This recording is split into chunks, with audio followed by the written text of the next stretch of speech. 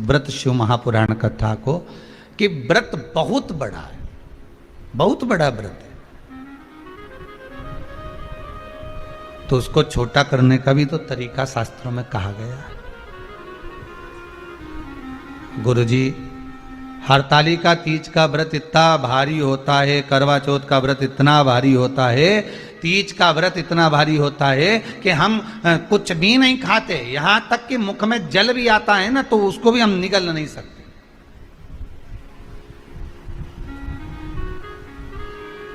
अब इतना भारी व्रत,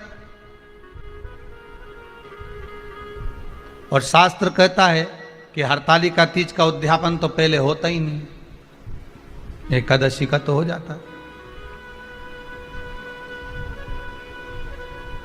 और यहां तो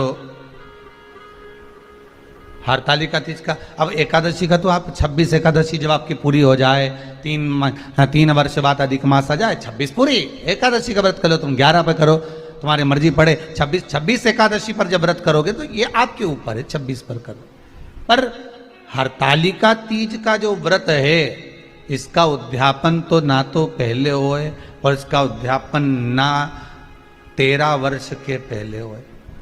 इसका उद्यापन तो जब तक कन्या हो, चाहे स्त्री हो, चाहे नारी हो, चाहे पुरुष हो, हरतालिका तीज का अगर उसको उद्यापन करना है तो 13 वर्ष तक तो आपको व्रत करना ही पड़ेगा, उसके बाद ही इसका उद्यापन होता है।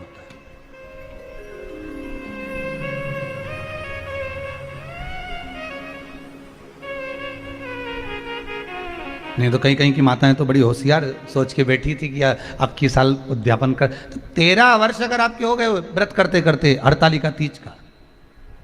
हरतालिका तीज जानते हो ना?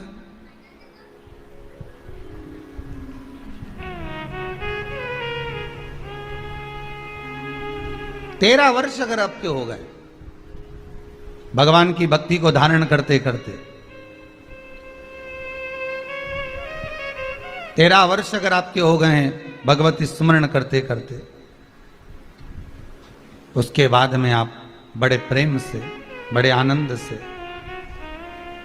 आप व्रत का उद्यापन करो, कोई मना नहीं। पर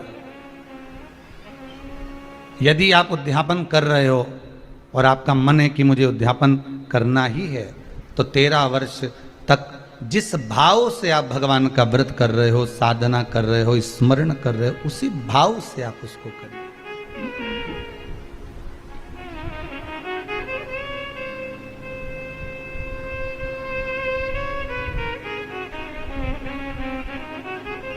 गणेश चतुर्थी के एक दिन पहले आ जाती है, सहज भाषा में समझ लो तीज को, हस्त नक्षत्र तृतीया।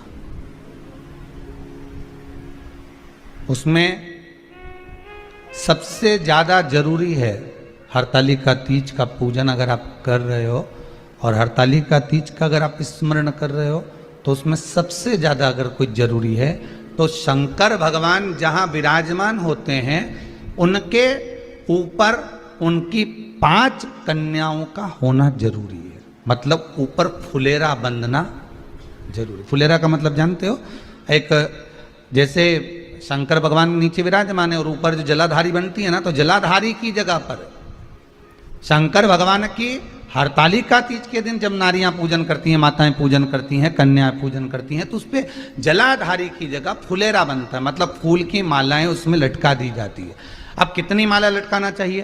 प्रयास करना चाहिए कम से कम 5 माला उसमें होना जरूरी है, और 5 से ज्यादा भी लटकाओगे चलेगा, पर 5 से कम नहीं होना चाहिए फुलेरा। 5 कौन कौन है ये? जया, विषहरा, सामरीवारी, दौतली, देव।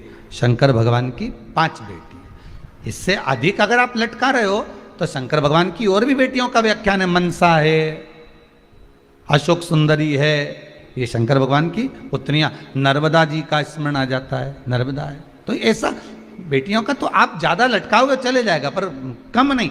जैसे हरतालिका तीज का जो उद्यापन होता है, उद्यापन में एक सबसे मुख्य चीज क्या होती है कि जो भी आप वस्तु दान दे रहे हैं, जो भी आप वस्तु समर्पित कर रहे हैं, हरतालिका तीज के उद्यापन में जो भी सामग्री आप दे रहे हैं वो 5 होना चाहिए। जैसे फुलेरा का वर्णन किया कि फुलेरा 5 माला से ज्यादा होगा चलेगा, पर 5 से कम नहीं, अधिक दाम है। फ्रेंड्स, आप सभी ने सुना, गुरुजी ने बताया कि हरतालिका के तीज में फुलेरा में कितनी माला होना चाहिए। तो फुलेरा में कम से कम 5 से ज्यादा माला होना चाहिए। कोई भी सामग्री आप समर्पित करें, सुहाग की सामग्री समर्पित कर रहे हैं तो 5 से ज्यादा होना चाहिए, फल 5 होना चाहिए। मतलब कि जितना भी आपसे हो सके तो 5-5 का इसमें विशेष महत्व है। जैसे गुरु जी ने बताया, ये हरतालिका तीज का व्रत बहुत बड़ा व्रत होता है। ये बहुत बड़ा, जैसे कि मैंने बताया कि बहुत बड़ा व्रत होता है। पूरा 24 घंटा का निर्जल व्रत होता है। माता पार्वती शिव जी की इस दिन विशेष पूजा आराधना की जाती है। शाम सुबह में पूजन की जाती है। तो ये शाम की पूजा की शुभ मुहूर्त क्या है तो आप लोग जान लीजिए। शाम के की पूजा इनकी प्रदोष काल में की जाती है। प्रदोष काल में जो पूजा करते हैं, महादेव को बहुत ही प्रिय है प्रदोष काल। तो प्रदोष काल पूजन का समय है 6:01 से 7:31 तक के बीच में आपको पूजन कर लेनी है, शाम की पूजन। और सुबह की पूजन तो आप लोग कर ही चुके होंगे। तो शाम की पूजन का ये है, अब ये जैसे कि आपको पहले एक पाटा लेना है, उस पर लाल कपड़ा बिछाना है। फिर आप पार्थिव शिवलिंग की पूजन करते हो तो उसको आप बना लेना है।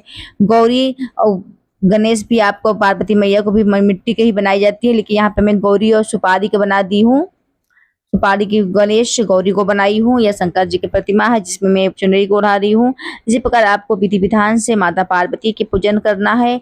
हरतालिका तीज का व्रत सभी सुहागन के लिए होता है, ये कुंवारी कन्या के लिए भी होता है, अच्छे घर पर पति पाने के लिए।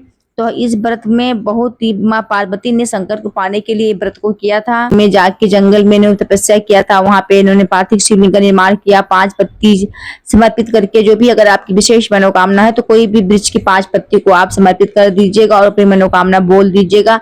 व्रत करो या ना करो, अगर आप व्रत नहीं रखते हैं तो आप 5 पत्ती वाला उपाय जरूर करिएगा, जो कि गुरु जी शिव महापुराण से लिया गया, गुरु जी ने बताया है। तो उपाय बहुत ही चमत्कारी, एक बार प्रैक्टिकल करके आप लोग जरूर देखिएगा। तो हरतालिका तीज के व्रत, ये जैसे हमने कहा बहुत ही बड़ा व्रत होता है। करवा चौथ का व्रत है, ये भी बहुत बड़ा होता है, आप सभी ने सुना, गुरु जी ने बताया। तो इसी तरह आप सभी को हरतालिका तीज का व्रत रखना है। पूजन सामग्री सब पूजन विधि विधान से पूजन करना है प्रदोष काल में माता पार्वती के।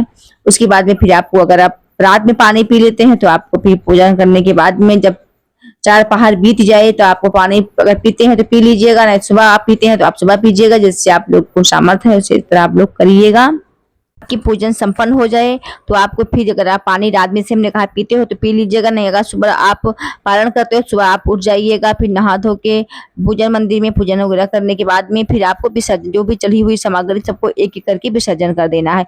फुलेरा को विसर्जन भी आपको करना है, जो भी आपकी मनोकामना है। आपको पूरा वीडियो हमारे full watch time video channel पे मिलेगा, आप लोग जरूर जाके देखिएगा। फुलेरा विसर्जन करने का क्या विधि है, कैसे करना चाहिए, पंडित प्रदीप मिश्रा जी द्वारा बताया गया है। इसका विशेष उपाय है, तो आप लोग जरूर वीडियो को देख लीजिएगा। हर हर महादेव।